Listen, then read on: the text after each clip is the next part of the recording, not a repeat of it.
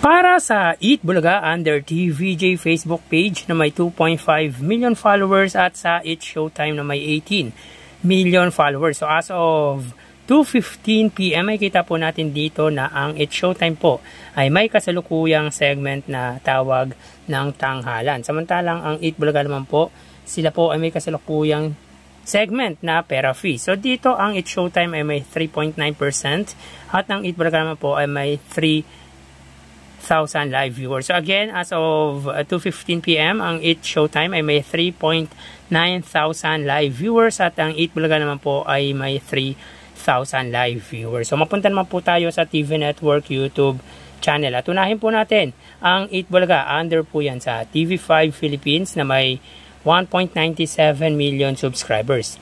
At para naman po sa Eat Showtime under GMA Network YouTube channel na may 36.2 million subscribers. So as of 2:16 PM ang GMA Network, sila po ay may 28,000 viewers.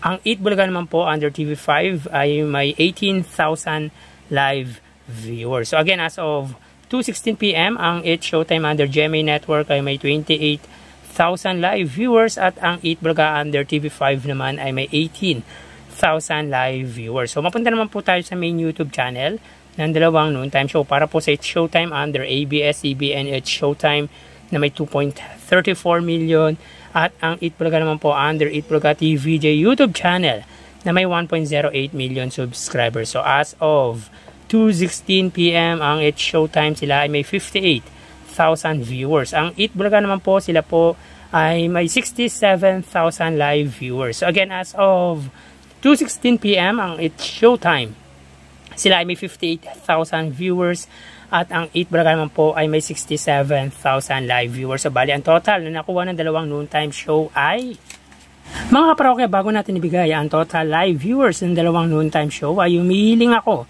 na pakisubscribe ang aking YouTube channel. Pakiclick ang bell icon para una kayong manotify sa mga bagong video na ilalabas ko. At pakidamay nyo na din na i-follow ang aking Facebook page na Mega TV at ang aking TikTok account na Kaparokya TV. Maraming salamat! So, bali ang total na nakuha ng Eat Showtime ay 90,000 viewers. 4,000 para sa kanilang Facebook Live.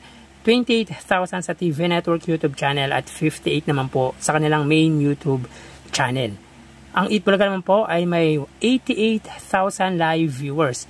3,000 para sa kanilang Facebook Live, 18,000 sa kanilang TV Network YouTube channel at 67,000 naman po sa kanilang main YouTube channel. So again, ang Eat Showtime ay may 90,000 viewers at ang Eat Bulaga naman po ay 88,000 live viewers. So yan po lumalabas sa kanilang online viewership as of 2:18 PM. At bukas ay matutunghayan nyo na naman ang bagong yugto ng ating online views update ng dalawang noontime show. Magpapaalam na po ako.